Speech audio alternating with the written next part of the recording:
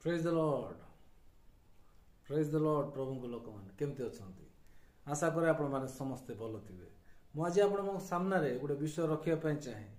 आ पचार चाहे कौन आपण मानक मध्य कहीं आज दुख भोग करुँच कि कौन आपण मानक मध्य कहीं जड़े आनंदित अच्छा कि कौन आपण माने आज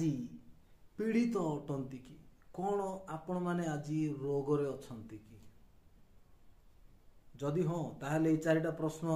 विषय में आपण मानक कहवाई चाहे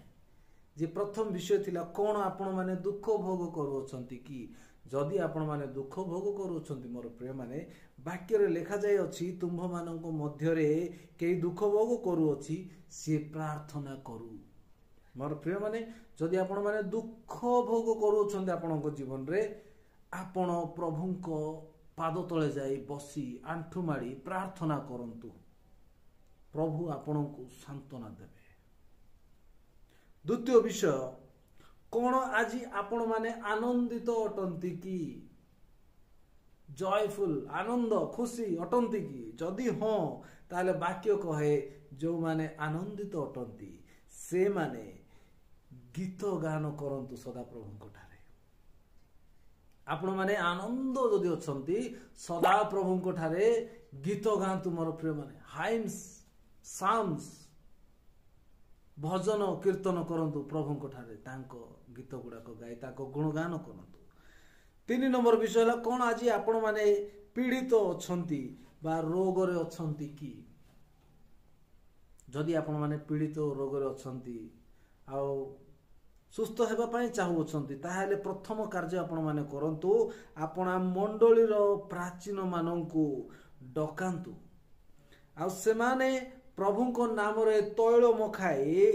आपणको पाई प्रार्थना करांतु।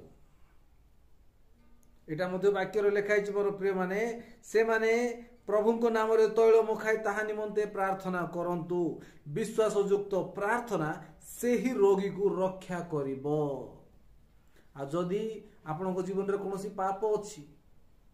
ताहाले कोन करिवे लिखाई छि अतः विश्वास युक्त प्रार्थना से रोगी को रक्षा करिवो पुणी प्रभु ताहाकू उठाइबे आउ जदि सी पाप करि थाए ताहाले ताहाकू क्षमा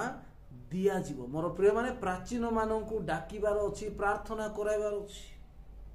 से माने तैल मखाई की प्रार्थना करिबार आवश्यक अछि मोर प्रिय माने अतएव परस्पर निकट रे आपणा आपणार पाप स्वीकार करो पुणी सुस्थ हेबा निमंते परस्पर पाई प्रार्थना करो। धार्मिक व्यक्तिर प्रार्थना अनेक कार्य साधन